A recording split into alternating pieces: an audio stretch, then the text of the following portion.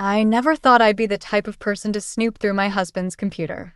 Yet here I was, sitting in our home office at midnight, heart racing as I clicked through folders looking for Sophie's baby pictures. My name is Clara, and this is how I discovered my husband's betrayal, all because of a stupid school project.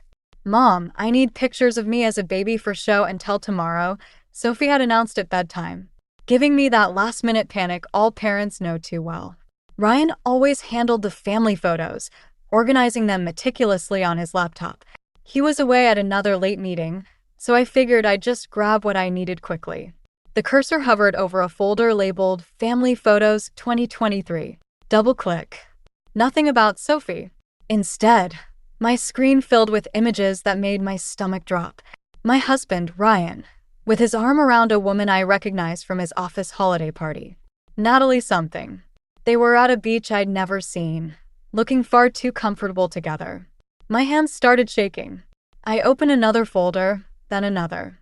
Each click revealed more photos, more moments I knew nothing about.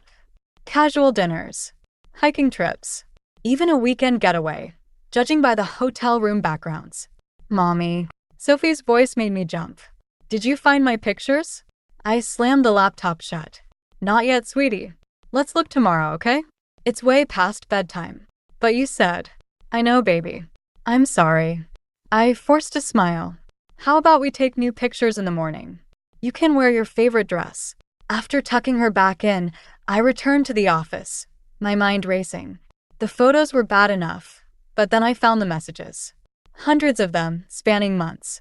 My fingers trembled as I scrolled through their conversations. Missing you already, Natalie had written just hours ago. Last weekend was perfect. I can't wait until we don't have to hide anymore. Ryan's response made me physically ill. Soon, I promise.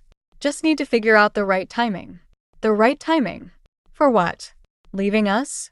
The thought of him planning his exit while playing Happy Family made rage bubble up inside me. Just yesterday, he'd kissed me goodbye, told me he loved me. Had he already been with her? My phone buzzed, a text from Ryan. Running late again. Don't wait up. I stared at those words, remembering all the late nights, the business trips, the weekend team-building events. How long had I been playing the role of foolish, trusting wife? The house felt suffocating. I needed air, needed to think. Opening the back door, I stepped onto our patio, where Sophie's birthday decorations still hung from her party last weekend. Ryan had been on his phone the whole time. I remembered now. Probably texting her. Lisa, my best friend, would tell me to confront him immediately. My brother Mark would offer to beat him up. But looking through our kitchen window at Sophie's artwork on the fridge, I knew I needed a better plan. This wasn't just about revenge. It was about protecting our daughter. I went back to the laptop, took screenshots, and saved everything to a USB drive. Then I carefully restored all the folders exactly as I'd found them. Ryan was always so organized, so careful. He taught me that attention to detail matters in everything you do. Well, he was right about that. Tomorrow, I'd act normal. Kiss him goodbye, pack Sophie's lunch, work on my graphic design projects. But behind that routine, I'd be planning. Because Ryan wasn't the only one who could keep secrets. My phone buzzed again. Love you. See you in the morning. I typed back, love you too. And for the first time in our marriage, I lied. Lisa nearly choked on her coffee when I showed her the photos. We were sitting in her office during her lunch break, and I just dumped everything I'd found on her desk. That absolute piece of. She caught herself, remembering we were in her professional space. Clara, honey, how are you holding it together? I fidgeted with my wedding ring, a habit I'd developed over the past sleepless week. Sophie, I have to keep it together for her. But Lisa, there's more. I pulled out my phone and showed her the text I'd received that morning. Ryan wanted to take Sophie on a weekend trip to his parents' lake house, just the two of them. He'd never done that before. He's testing the waters, Lisa said, her therapist voice creeping in. Seeing how Sophie handles being alone with him for extended periods. My stomach churned. You think he's planning to fight for custody? I think you need a lawyer. Lisa reached for her desk drawer and pulled out a business card. Margaret Chin. She handled my sister's divorce. She's expensive, but she's worth every penny. I haven't even confronted him yet, I said, but took the card anyway. Exactly. And you shouldn't. Not until you're ready. Lisa leaned forward. Clara, I've seen this before. Men like Ryan, they're planners. They don't leave anything to chance. He's been documenting everything, organizing those photos meticulously. You need to be just as prepared. The office suddenly felt too small. Through the window, I could see people going about their normal lives, wondering how many of them were hiding similar secrets. There's something else, I admitted. Yesterday, I saw a notification pop up on his phone. He's viewing properties in the city. 3-bedroom apartments.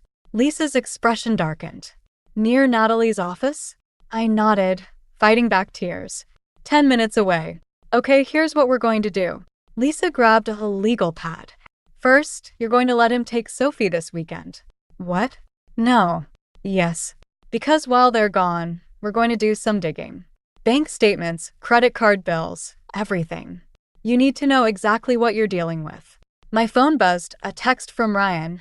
Made dinner reservations for tonight. That new Italian place you wanted to try. Just us. Lisa read the message over my shoulder. He's love-bombing you. Classic move when they're feeling guilty or planning something. Or maybe he's having second thoughts? The hope in my voice sounded pathetic even to me. Clara. Lisa's tone was gentle but firm. Remember the beach photos? That wasn't a one-time thing. That was a vacation. Planned, booked, executed.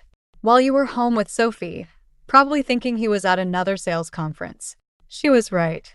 I thought about all the times I'd defended Ryan to friends who questioned his late nights. All the times I'd praised him for being such a devoted father and husband. I feel so stupid, I whispered. No. Lisa grabbed my hands. You trusted your husband. He's the one who should feel stupid for throwing away a family that loved him. My phone buzzed again. This time it was Sophie's school. She wasn't feeling well and needed to be picked up. Go, Lisa said. But Clara? Don't go to dinner tonight. Tell him Sophie needs you home. Let him sit there alone, checking his watch, wondering. Sometimes the best revenge is simply withdrawing the love they took for granted. As I drove to Sophie's school, my mind raced with possibilities. The lawyer's card seemed to burn in my purse.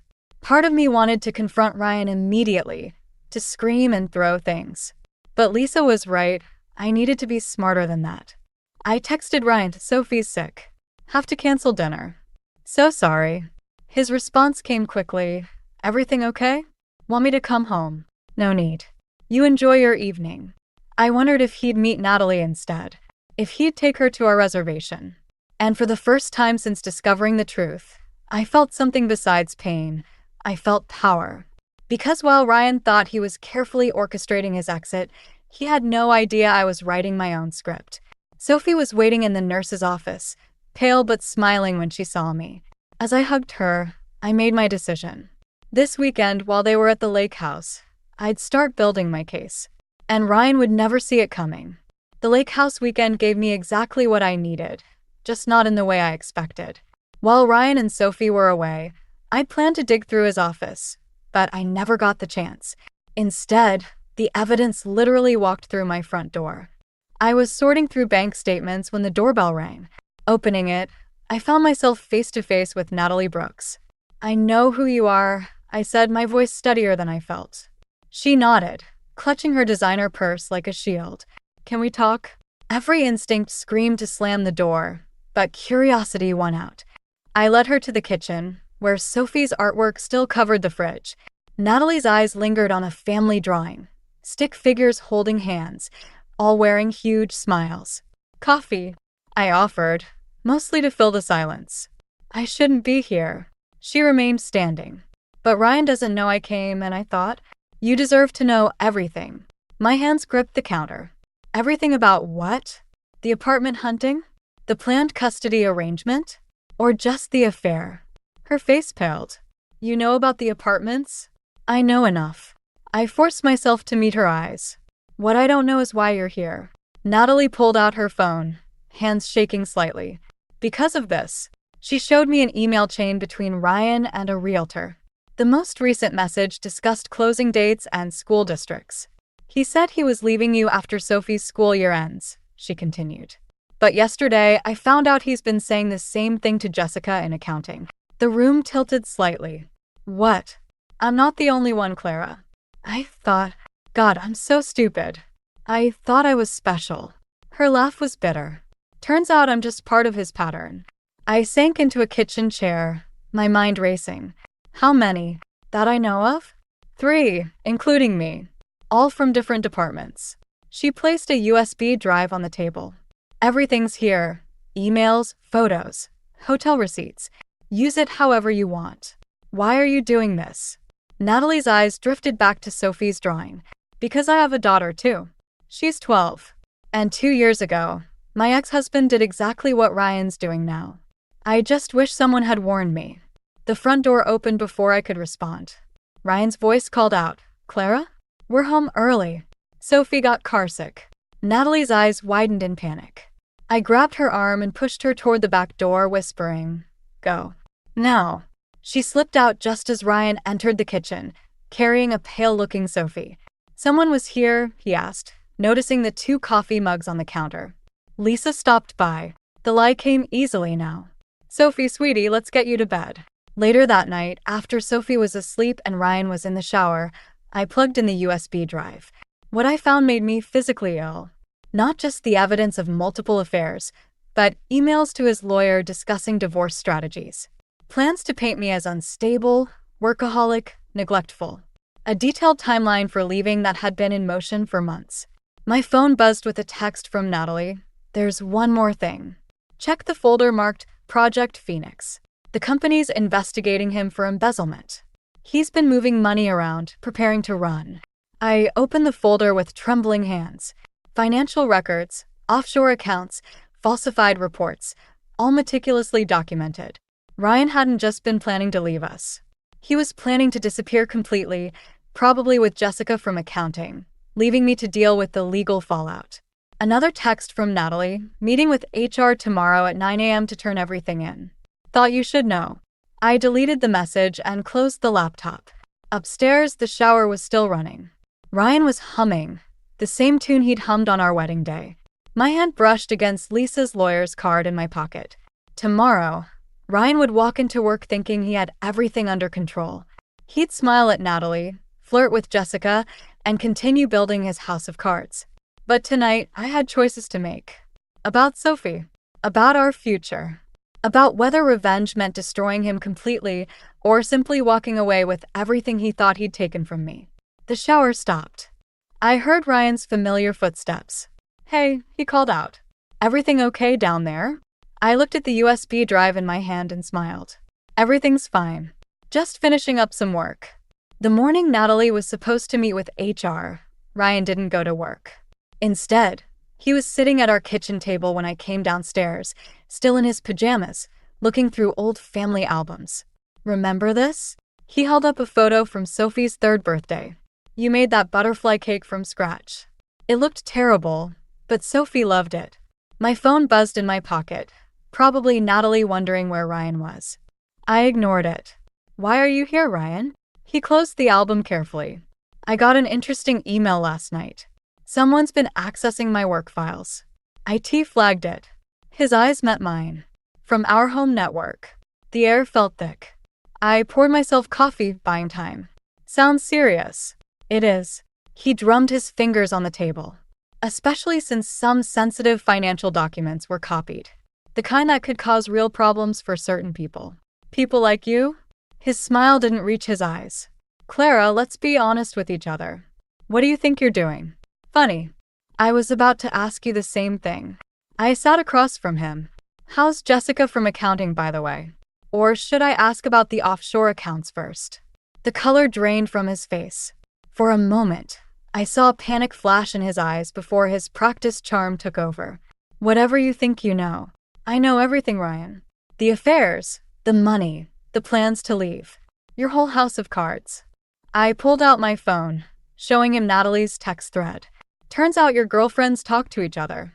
And to me." He reached for the phone, but I pulled it back. "Sophie's still asleep," I reminded him quietly. "Let's keep this civil." "Civil." He laughed, but it sounded hollow. "You're threatening to destroy everything I've built." "No, you did that yourself." "I'm just deciding what to do with the wreckage." My phone buzzed again. This time Ryan's phone chimed too. His face changed as he read the message. HR meeting canceled, he said. Natalie called in sick. He looked up. What did you do? Nothing. Yet. I took a sip of coffee. But here's what's going to happen. You're going to transfer half of everything, the legal half, into my name. You're going to agree to joint custody, and you're going to disappear from Sophie's life slowly on my terms. So it doesn't break her heart all at once. Or what? You'll turn me in. His voice hardened. Think carefully, Clara. If I go down, we all do. No money for Sophie's college. No comfortable life. Is that what you want? Before I could answer, small footsteps padded down the stairs. Sophie appeared in her unicorn pajamas, rubbing sleep from her eyes. Daddy? You're home. Ryan's face softened instantly as she climbed into his lap. Hey, princess. Just working from home today. Over Sophie's head, our eyes met in a silent standoff. He knew I wouldn't risk Sophie's future. But he'd forgotten something crucial about me, something he'd once loved. I was a graphic designer. I noticed details, like how his laptop password was Sophie's birthday, like how he always backed up everything, including emails he thought were deleted, like how his careful plans left a trail someone creative could follow. Sophie, honey, I said, why don't you show Daddy that new drawing you made? The one about your future. She ran to get it, leaving us alone again. You have until tonight, I said quietly, to decide how this plays out. But remember, I'm not the only one with copies of those files. And Natalie's not the only one who knows where they are. Ryan's jaw clenched. You're bluffing. Maybe. Want to risk finding out. Sophie returned with her drawing, a picture of her future self as a veterinarian. As she explained every detail to Ryan, I watched him hold her, knowing these moments were numbered. Not because I wanted revenge, but because sometimes protecting someone means letting them lose everything else. My phone buzzed one final time. A message from Lisa. Margaret Chen can see you at 2 p.m. Don't tell Ryan. I deleted the message and watched my daughter smile at her father, memorizing the moment before everything changed. My brother Mark's guest room felt like a sanctuary after the chaos at home. Sophie was already asleep, exhausted from what I'd told her was a surprise sleepover at Uncle Mark's. I hadn't planned on leaving tonight, but Ryan's final move forced my hand. He did what? Mark paced his kitchen, hands clenched. Show me again. I pulled up the bank app on my phone. Our joint accounts, completely drained. Every penny transferred out just hours after our confrontation. Classic Ryan, Mark muttered. Always thinking 3 steps ahead. He left exactly enough for 1 month's expenses. I laughed, but it came out more like a sob. Such a thoughtful husband. Mark grabbed 2 beers from the fridge, sliding one across the counter to me. Have you called the lawyer yet? Margaret Chen? Meeting tomorrow at 9. I took a long drink. But that's not even the worst part.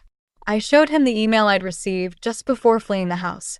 Ryan had copied his company's board of directors, detailing my unauthorized access of company files and threatening legal action. He'd positioned himself as the whistleblower, making me the criminal. Clever bastard, Mark said. He's trying to discredit you before you can use anything against him. A noise from upstairs made us both freeze, but it was just Mark's son Tommy getting water. Through the kitchen doorway, I watched him wave sleepily to Sophie, who'd appeared in the hallway. Mom. She padded into the kitchen, clutching her stuffed rabbit. Dad keeps calling. My phone showed 8 missed calls. As we watched, a text appeared. You're making this worse than it needs to be. Come home. We can fix this. Sophie, honey, I started, but Mark interrupted. Hey, Squirt, wanna help Tommy set up the Nintendo in his room? I bet he'll let you pick the first game. Once the kids were upstairs, Mark turned to me. You need to call Mom's old attorney friend. Tonight. It's almost midnight. Clara, listen to me. Ryan's not just protecting himself anymore. He's actively attacking. That email to the board? That's him building a case to paint you as unstable, vindictive. Next will be custody. My hands shook as I reached for my phone again. This time there was a voicemail from Natalie. Clara, I'm sorry. He made me sign a statement saying I never gave you any files. Said he'd make sure I lost everything if I didn't. I have my daughter to think about. I should never have tried to fight him, I whispered. He's always been better at this game. Mark grabbed my shoulders. No, this isn't about winning anymore. This is about surviving. And you're not doing it alone. My phone buzzed again, Ryan. I'm coming over to Mark's. Sophie needs to be home in her own bed. Don't make this difficult. He can't just. Mark started, but headlights swept across the kitchen windows. Ryan's car. Take Sophie upstairs, I said, suddenly calm. Lock the door. Clara. Now Mark. As Mark disappeared upstairs, I opened my laptop and connected to the home security camera feed I'd installed last week. The screen showed Ryan at our empty house, not here at all. The headlights belonged to a neighbor. But the message was clear. He knew where we were, and this was just the beginning. I opened my email and began typing, Dear Margaret Chen, I need your help immediately. My husband has emptied our accounts and is threatening to frame me for corporate espionage. I have evidence of his affairs and financial fraud, but he's trying to discredit me before I can use it. Upstairs, I could hear Sophie and Tommy laughing at their game. Mark was probably sitting guard outside their door, ready to protect them like he'd protected me when we were kids. Another text from Ryan. Last chance, Clara. Don't forget, I know all your secrets too. I thought about the USB drive hidden in my tampons box, the cloud backups Lisa helped me create, the screenshots saved to multiple accounts. Ryan thought he knew all my moves because he'd never really seen me. Not the real me. I hit send on the email, then started another to the board of directors. It was time they knew exactly who their star executive really was. Sometimes the best revenge isn't about winning the game. It's about changing the rules entirely. Margaret Chen's office felt too cold, too sterile for the bomb she just dropped on me. They're freezing all your accounts, personal and business. The judge granted Ryan's emergency petition this morning. I gripped the armrests of my chair. He can't do that. Those are my client's payments. He's claiming you used company resources to build your freelance business. That all your income is potentially tied to stolen proprietary information. Margaret's expression was grim. It's temporary, but it could take weeks to fight. My phone buzzed. Another client canceling their contract. That made 5 since Ryan's mass email went out last night, warning my entire professional network about the ongoing investigation. He's destroying everything I built, I whispered. Clara. Margaret leaned forward. There's more. Ryan's filing for emergency custody of Sophie. He's claiming your unstable behavior and financial irregularities make you an unfit parent. The room tilted. I fumbled for my water bottle, but my hands were shaking too badly to open it. When? Hearings tomorrow morning. I've already filed our response, but my phone rang. Mark's name flashed on the screen. Clara, where are you? Ryan's here with a police officer. They're saying something about a court order. The rest of his words faded into static. I was already running to my car, Margaret calling after me about not making things worse. I broke every speed limit getting to Mark's house. 2 police cars sat in his driveway, lights flashing. Ryan stood on the porch, Sophie crying in his arms while an officer held Mark back. Mommy. Sophie reached for me, but Ryan turned away, shielding her. Clara, he said calmly, like we were discussing dinner plans. The officer has the custody order. Don't make this harder than it needs to be. She doesn't want to go with you. Mark shouted. Tell them, Sophie. But Sophie just cried harder, clinging to her father, the only stability in her crumbling world. My fault. All my fault. Mrs. Thompson. One officer stepped forward. We need you to stay back. The court order is clear. 2 minutes, I managed. Please. Just 2 minutes to say goodbye. Ryan hesitated, then nodded. He set Sophie down, and she ran to me. I knelt, pulling her close, breathing in her familiar strawberry shampoo smell.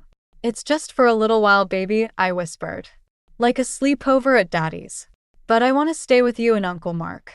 Her small fingers clutched my shirt. Why are you crying? Because sometimes grown-ups make mistakes. I wiped my eyes. But I'm going to fix this. I promise. Ryan cleared his throat. Time to go, princess. Sophie's hand slipped from mine. I watched Ryan buckle her into his car, watched them drive away while Mark held me up, because my legs couldn't anymore. He won, I said numbly. He actually won. My phone buzzed again, Lisa this time. Just heard from Natalie. Ryan offered her a promotion and full custody of her daughter in exchange for testifying against you. She's taking the deal. I deleted the message, then deleted Natalie's number. What was the point anymore? Ryan had outmaneuvered me at every turn. My business was ruined, my daughter gone, my reputation destroyed. Even the evidence I'd gathered was useless now that everyone involved had turned against me. Come inside, Mark said softly. We'll call Margaret, figure out our next move. But I stayed on his driveway, watching the space where Sophie had disappeared, remembering how Ryan used to say I was too trusting, too straightforward. He'd meant it as a compliment then. My phone buzzed one last time, an email from Ryan's company board, due to the serious nature of these allegations. I didn't need to read the rest. They were distancing themselves, protecting the company. Just like Natalie was protecting herself. Just like Ryan had always protected himself. Maybe it was time I learned to do the same. I opened my phone and dialed a number I'd sworn never to use. Ryan's biggest corporate rival. Hello, I said when they answered. I have some information about Thompson Industries you might be interested in. Sometimes when you've lost everything, you stop playing by the rules entirely. The board meeting was already in chaos when I walked in. Ryan stood at the head of the table, his perfect composure finally cracking as he tried to explain the anonymous tip that had triggered a federal investigation into the company's finances. This is a malicious attack, he was saying, obviously orchestrated by. He stopped when he saw me. The room fell silent. Clara, he said carefully, this is a closed meeting. I placed a USB drive on the table. Actually, I was invited by the SEC investigators. The board chairman, Mr. Peterson, cleared his throat. Mrs. Thompson has provided some concerning documentation. We felt it prudent to hear all sides. Ryan's smile didn't waver, but his knuckles whitened against the table. Whatever she's told you is backed up by forensic accounting, I interrupted. Everything's there. The offshore accounts, the manipulated contracts, even that clever little scheme with the shell companies you set up in Sophie's name. That hit home. His face paled. You wouldn't. That would implicate you too. Actually, I pulled out Margaret Chen's carefully prepared documents. I've already signed an immunity deal. Full cooperation in exchange for clearing my name. The investigators were very interested in how you tried to frame me. A murmur went through the board members. Ryan's carefully constructed narrative was unraveling, and he knew it. What do you want? He asked quietly. Sophie. My voice didn't shake. Full custody. No appeals. No more legal games. Sign the papers right now. He laughed, but it sounded hollow. Or what? You'll destroy everything? Including your daughter's trust fund. No, I said. I'll tell Sophie the truth. About everything. Every lie, every manipulation, every time you chose yourself over her. She's old enough to understand now. You wouldn't dare. Try me. I met his eyes. You taught me well, Ryan. Sometimes you have to be willing to lose everything to win. The room was dead silent. Board members shifted uncomfortably as father and daughter faced off across the corporate battlefield Ryan had created. His phone buzzed. Probably Natalie, wondering why their escape plan had derailed. He ignored it. The papers, he said finally. Show me. Margaret stepped into the room, right on cue, with the custody agreement. As Ryan read through it, his hands trembled slightly. If I sign this, the USB drive goes to my lawyer instead of the FBI. You'll have time to arrange things. He looked up sharply. You're giving me a chance to run.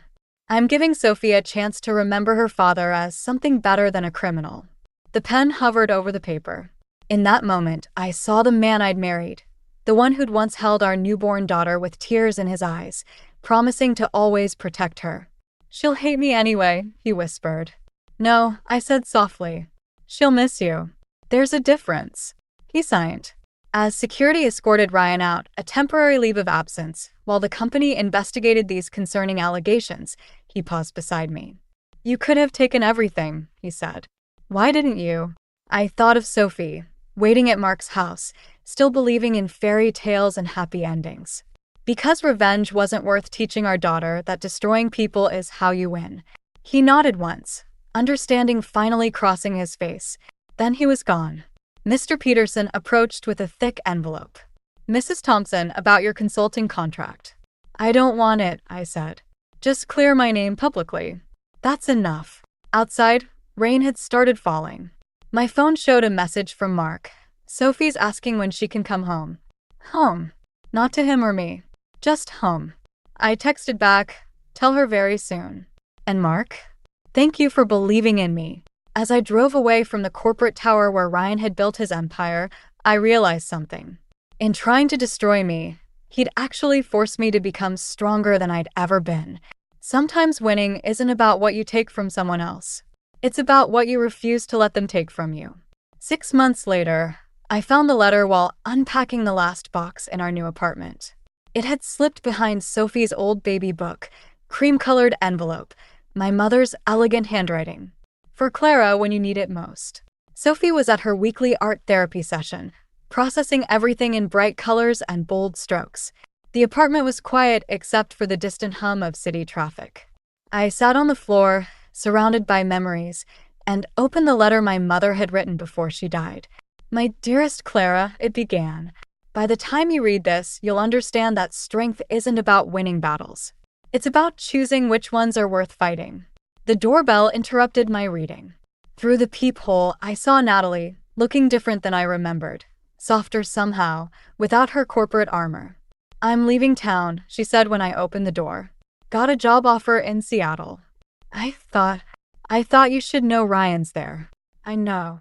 I tracked the wire transfers to his new account. How's your daughter? Better, now that I'm making better choices. She shifted uncomfortably. Have you heard from him? He sends Sophie postcards. Never with a return address, but she likes getting them. Natalie nodded.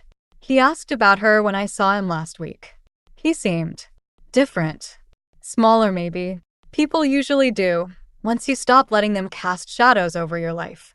After she left, I returned to my mother's letter, reading through tears about resilience and forgiveness, not for others, but for yourself.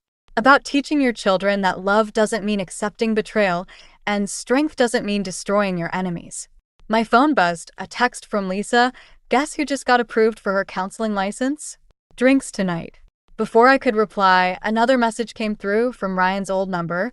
Sophie's art show next week. Can I come? I stared at the message, remembering the boardroom, his face when he signed the custody papers. He'd disappeared the next day, leaving behind a company in chaos and a daughter with questions I couldn't answer. Ask Sophie, I typed back. It's her show. Later that evening, Mark came over with takeout. Sophie was showing his son Tommy her latest paintings when Mark handed me an envelope. Ryan's lawyer dropped this off, he said quietly. It's not legal papers, I checked. Inside was a check, a massive one, and a note. For Sophie's college fund. No strings attached. I'm trying to do better. Are you going to cash it? Mark asked. I watched Sophie laugh at something Tommy said, her eyes bright, her smile real again. Yes, I decided. But not because he sent it. Because she deserves every chance at a better future.